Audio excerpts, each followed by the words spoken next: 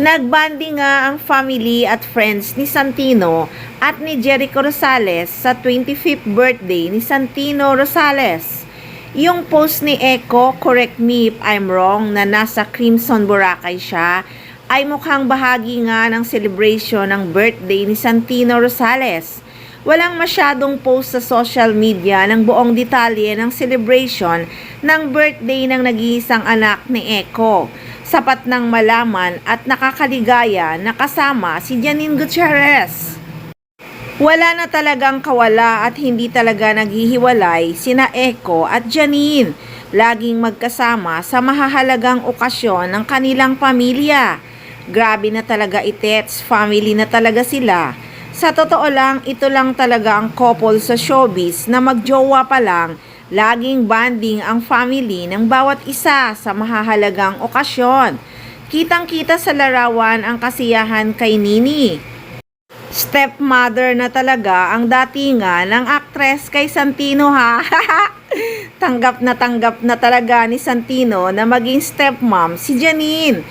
Hindi naman talaga maikakaila na botong-boto si Santino kay Janine Gutierrez para sa kanyang daddy na si Echo.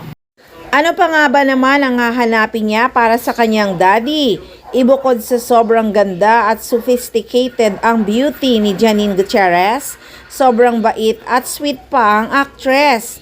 At ang pinaka-importante, pang-wife material talaga ito. Dream yan ng mga kalalakihan na makasama forever. Highs mula umpisa ng 2025 hanggang sa magtatapos na, puro kakilig-kilig ang nasishare ng Econin sa kanilang mga fans. Kaya naman sa mga nagsasabing masyado daw kinareer ni Janine Gutierrez ang love life niya, kaya matumal daw ang karir niya ngayong taon. Till now daw ay starlet pa rin kahit nagka-award na. Anong matumal naman ang pinagsasabi mo? Ano naman ang gusto mo? Yung gumawa ng project si Janine Gutierrez buwan-buwan? Kahit nga yung sikat na artista, di ba? Wala namang mga project yan. Minsan nga sa isang taon, wala silang ginagawa.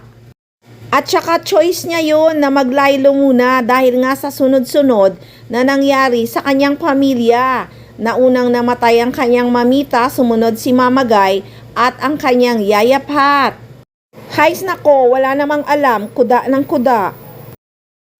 Matuwa ka na lang dahil sunod-sunod ang project ng idol mo. Huwag mong pakialaman ang career ni Janine Gutierrez. Makasabing kinareer ang love life, ikaw kayang magkaroon ng boyfriend na Jericho Rosales. Pag inggit, pumikit.